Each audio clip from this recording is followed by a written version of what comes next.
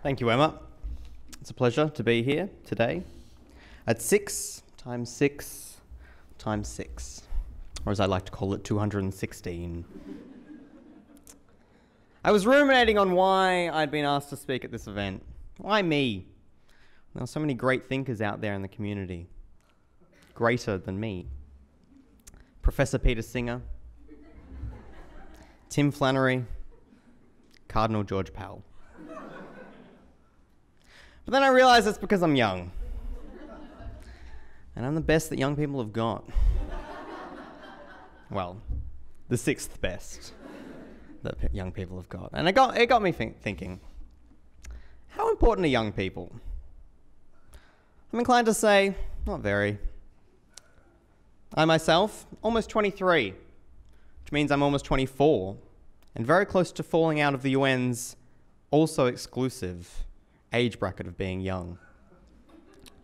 Like so many before me, I soon will be shafted into the middling unremarkableness of my mid-20s. And I'm already jealous. Jealous of all those young people that will be afforded opportunities and accolades reserved for those in this elite club. I don't know if you've ever been a young person, but it's bliss. When you do something as a young person, society calls you prodigious. When anyone else does something, they're just doing something. I mean, what are young people? What are young people but better looking, less wrinkled, more fertile, less senior, more adaptive, less executive, more energetic, less cynical, more eager versions of old people? And they know it. And they'll use it to their advantage. Beware young people. They are out to get you. They want your jobs, your family, and financial security. They want your house, your standing in the community, your way of life. They want it all. But really, what more are they than just a useful marketing tag? What frustrates me with young people is their penchant for all that is new and innovative. Young people are restless when it comes to tradition and custom. Always with the new ways of looking at problems, more efficient ways of dealing with things, and the technology. Such obsession with new technology. Twitter, Facebook, iPad, all instruments of youthful elitism. Made so complex and inaccessible to older generations, young people have a monopoly on this so-called social media. The inclusion of social in its name, I assume, is a little ironic joke made by some canny young person in the early days. Irony that is now largely lost on the users of social media, because there's simply nothing social about it. Anonymous bits of esoteric, read boring, tidbits of information sent desperately into the internet ether, hoping that some other anonymous soul will read it and care. They won't. And they don't. Whatever happened to picking up the phone and copying whatever exorbitant telco charges they were being imposed on you?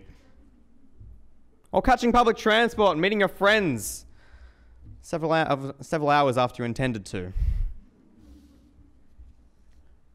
Young people just need to accept and acquiesce establishment.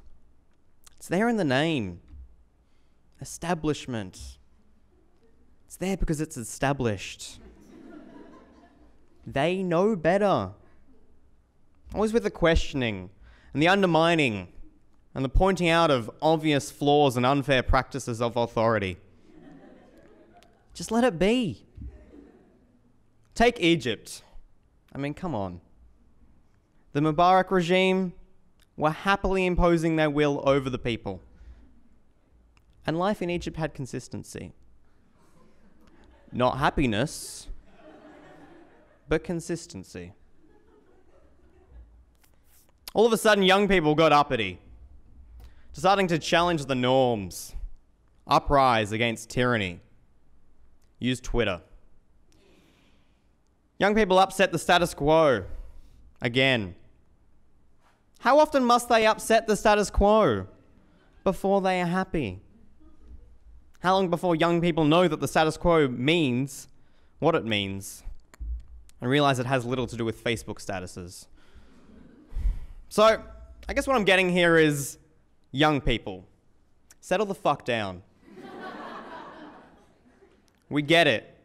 You're good looking, full of ideas, and capable. But old people were here first. They're still having their turn on the analogous PlayStation of life. When they've clocked the game and broken the controllers a little bit and send the environment into an irrevocable tailspin, then you can throw the PlayStation out and go to the store and see if they have a PlayStation 2 in stock. I think in this analogy, PlayStation 2 is like Mars.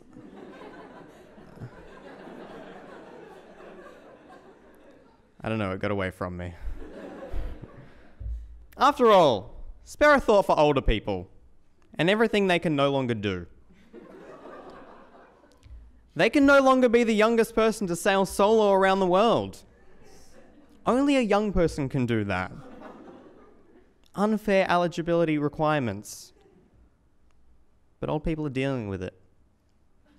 So in conclusion, young people, I implore you, I do. Take your ideas, your innovation, your energy, your get up and go. Go sit in a corner. We'll get to you in a bit. Thank you.